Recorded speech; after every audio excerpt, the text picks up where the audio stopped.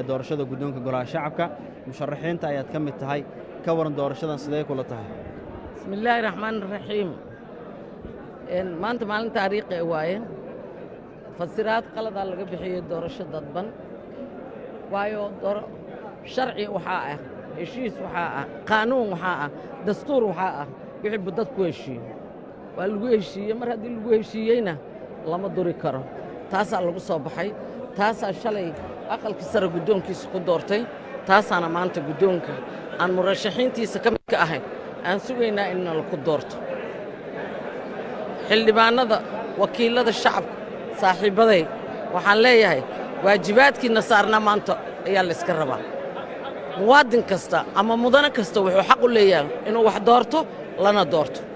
aniga maanta waxaan ahay inaan wax doorto layna doorto ayaan u taaganahay marka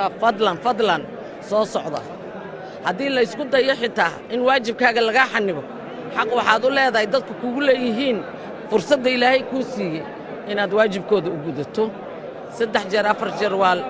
nala ka celiyey laakiin waxayba ku fiicnayd inaan hadda kolonyo ku imaanno marka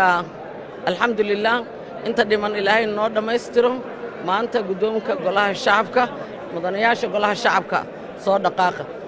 ma kuu gacan haadiyaa haaneedka ma kuu qabtaa hoobaanta ma kuu guraan leeya xildhibaan sharafta leh welcome imaam aad baad u mahadsan tahay xildhibaan Khadiijo Maxamed